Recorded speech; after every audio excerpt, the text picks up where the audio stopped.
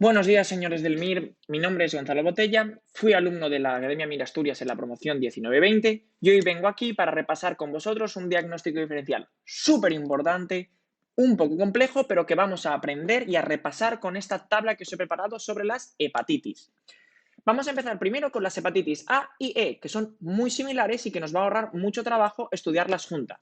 Lo primero en lo que coinciden es el tipo de genoma que tienen, y es que ambas son RNA. Además, coinciden también en su vía de transmisión más frecuente, dado que ambas se transmiten sobre todo por vía fecal-oral. ¿Cómo me acuerdo de esto? Si yo estas cosas que a mí se me olvidan. Pues mira, te vas a acordar porque las dos hepatitis que tienen una vocal, la A y la E, se transmiten por vía oral, por boca. Es cierto que la hepatitis E también se transmite por el consumo de carne no procesada, de cerdo o jabalí, como va a ocurrir en pacientes que os hablen de matanzas o de cacerías. ¿Cuál es el tiempo de incubación que presentan estos virus? Bajos en ambos casos. ¿Y cuál es su riesgo de que se transforme en una hepatitis fulminante? Pues bueno, en el caso de la hepatitis A el riesgo es bajo, aunque es cierto que aumenta con la edad. En el caso de la hepatitis E el riesgo es algo más alto, del 1%, pero lo que me interesa sobre todo es que el riesgo en embarazadas con E es altísimo, del 20%, una de cada 5. Cuidado con eso si os hablan de una embarazada. Luego tenemos su riesgo de cronificar, de transformarse en cirrosis y en tumores a largo plazo, que en estos casos es prácticamente nulo. Además, su diagnóstico se hace fundamentalmente por serología, su tratamiento es sintomático y ambas presentan vacuna, aunque no lo demos a todos los pacientes en España, sino que se da sobre todo a viajeros a ciertas zonas, como por ejemplo la Riviera Maya en el caso de la hepatitis A. Lo que sí que presentan son una serie de datos característicos que nos van a ayudar a diferenciar una y otra en una pregunta, como por ejemplo que la hepatitis A es el más incidente en España, no es prevalente porque no cronifica. Además, es la que más da colestasis. En el caso de la hepatitis E, lo que debemos saber es que es muy frecuente en la India, ese país con elefantes. Hepatitis E en la India de elefantes con E. Nos vamos ahora a la hepatitis D. En la hepatitis D, lo que tenéis que saber es que su contagio se produce en pacientes contagiados también por hepatitis B.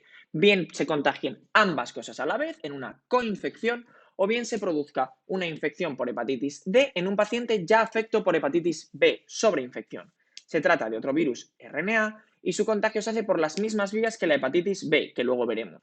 Su tiempo de incubación es intermedio y el riesgo de que se transforme en fulminante o de que cronifique depende sobre todo de que se trate de una sobreinfección, llegando las tasas de cronificación a, ojo, un 100% prácticamente y las de fulminante a un casi 20%. Su diagnóstico se hace por una serología conjunta de hepatitis D y de hepatitis B. Su tratamiento fundamentalmente es el interferón alfa y carece de vacuna. ¿Vale? Nos vamos ahora a los dos gordos. El primero es la hepatitis C. De la hepatitis C, ¿qué de saber? Pues lo primero es que es el más prevalente en España. Y es prevalente y no incidente como la hepatitis A porque cronifica y cronifica en un 80% de los infectados por hepatitis C. 80%, cuidado. De ese 80%, el 20% desarrolla una cirrosis. Y esta cirrosis deriva entre un 1 y un 5% anualmente en un carcinoma hepatocelular, transformándolo en la primera causa de cáncer de hígado en España y, por tanto, en la primera causa de trasplante hepático en España. Es otro virus con un genoma RNA y su infección se debe fundamentalmente a una vía parenteral. Su tiempo de incubación es algo más alto que el de los anteriores, de aproximadamente meses, y el riesgo que corre de transformarse en una hepatitis fulminante es muy bajo. Luego, en cuanto al diagnóstico, que en este caso es un poquito más complicado que los anteriores, nos basamos en dos cosas: la detección de material genético, de RNA, y también la detección de anticuerpos. En caso de que se trate de una infección aguda, detectaremos RNA y no anticuerpos. En caso de que la infección sea crónica, vamos a detectar ambas cosas. Y si tratamos con un paciente curado, es decir, ese 20% en el que no cronifica, lo que vamos a ver son anticuerpos en ausencia de RNA. El tratamiento a grandes rasgos se basa desde los últimos años en estos fármacos inhibidores del NS3, el NS5A o el NS5B, como son, por ejemplo, el sofosbuvir o el daclatasvir. ¿Existe vacuna para la hepatitis C? No, no tiene vacuna, lamentablemente. A Dios gracias, ahora tenemos tratamientos curativos. En cuanto a la hepatitis B, vale, la hepatitis B es muy frecuente su afectación en China y con elevadísimo número de población en China es la causa mundial más frecuente de carcinoma y de trasplante de hígado.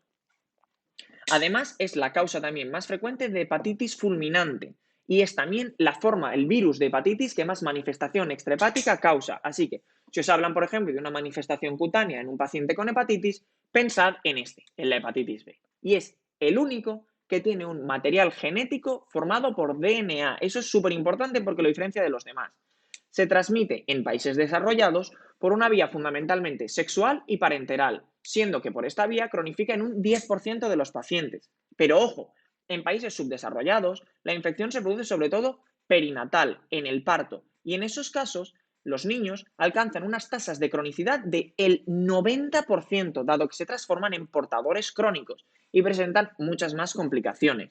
Su tiempo de incubación es el más alto de todos, de meses o años, y su diagnóstico se hace fundamentalmente por serología. Sí que es cierto que si hacemos una biopsia, vamos a ver en los casos de hepatitis B crónica hepatocitos en vidrio esmerilado. Esto lo preguntaron en los MIRES de los 80. Su tratamiento antiguamente se basaba en interferón alfa, que sí que podía ser curativo, pero a día de hoy se utiliza más el entecavir o el tenofovir, que aunque no curan, tienen mucha menos morbilidad. Es el único de todos ellos que presenta una vacuna que a día de hoy ponemos a todos los pacientes. Y recordemos, fuego cruzado con pedia, la ponemos a los 2, 4 y 11 meses. Bueno, después de esta tabla súper intensa, vamos a relajarnos un poco y intentar repasar las cosas más importantes de la tabla, ¿vale? Un repaso rápido. Lo primero que no está en la tabla es saber si la elevación de transaminasas tiene valor pronóstico para estos pacientes. Y la respuesta es que no, no, no. No tiene valor pronóstico. Muchas transaminasas no empeoran el pronóstico. ¿Cuál es el único virus que es DNA? El de la hepatitis B. ¿Cuál es la forma de transmisión más frecuente en la C? La parenteral. Y si me hablan de un paciente en un caso clínico del que extraigo como antecedente epidemiológico que ha comido carne de una matanza y que tiene ictericia como forma de hepatitis, lo que me están hablando es de una hepatitis E. ¿Me preocupa más una coinfección o una sobreinfección por hepatitis D? Me preocupaba la sobreinfección. El hígado tocado por la hepatitis B lo termina de destrozar la infección por la hepatitis D. Y luego, por último, ¿cuál es el grupo de riesgo en los infectados por hepatitis E para transformarse en una hepatitis fulminante? Hepatitis E con E de embarazada. Y eso ha sido todo. Espero que os sea útil y os deseo toda la suerte del mundo en el mío. ¡Ánimo!